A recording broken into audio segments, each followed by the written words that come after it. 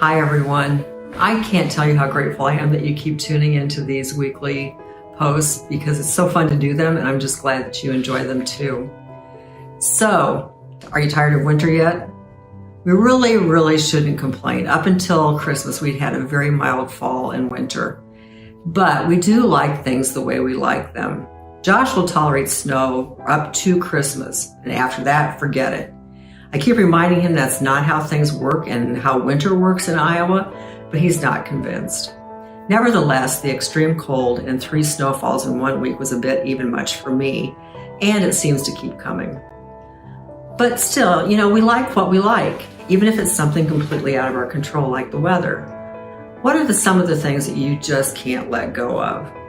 I used to feel like the master scheduler in our house with 3 kids in school and all their activities, with Ralph working EMS and his unpredictable schedule and sometimes variable schedule, and my own activities thrown in. It was a lot at times to keep track of everybody, but I felt a great sense of accomplishment if I could keep a tight grasp on everybody's comings and goings. Last year, about this time, we were anxiously awaiting the arrival of our sweet Quinn. We were trying to plan ahead as much as we could, cover all the bases as much as possible for the other 3 girls. Getting Coley and Stella to school, having Penny Jo during the day, and what would happen if Megan went into labor during the night. As it turned out, the call came early one Wednesday morning, and everything fell easily into place. By the time we got the girls to school and Penny Jo over to our house, little Quinn had arrived. No amount of planning or prep ahead of time could have made that work as well as it did and as easily as it did.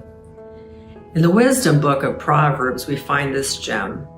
Many are the plans in the mind of man, but it is the purpose of the Lord that will stand. We can tie ourselves up in knots and make plans and schedules to our heart's delight, but the purposes and the plans of the Lord will ultimately prevail. And it doesn't matter how much we like having control and get great satisfaction in keeping track of so many things, because it's the peace that comes from trusting God and His control over our lives that brings lasting satisfaction. I've shared many times the one passage I come back to over and over, and it's also found in Proverbs. Trust in the Lord with all your heart and lean not on your own understanding. In all your ways submit to Him, and He will make your paths straight. I lean on this wisdom, pray these words, and have used them to calm my restless, aching spirit more times than I can count. There's a freedom that comes from placing our lives fully in God's hands, trusting Him to guide us through the ups and downs of our life rather than relying on our own flawed abilities. So instead of tightly grasping the control of our lives and trying to maneuver everything on our own, it's such a relief to just hand that over and depend on the mighty and perfect plans of our Savior to guide our path.